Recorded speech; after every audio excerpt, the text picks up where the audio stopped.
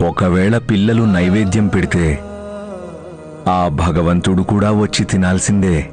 ఆయన తన ప్రతి భక్తుడి గురించి ఆలోచిస్తాడు. చూడు నందు, నువ్వు ఆయనకి అత్యంత ప్రియభక్తుడివి. నీకోసం ఆయన తప్పకుండా వస్తాడు. కళ్ళు మూసుకొని చేతులు జోడించి ఆ భగవంతుణ్ణి పిలువు. సరే సాయి.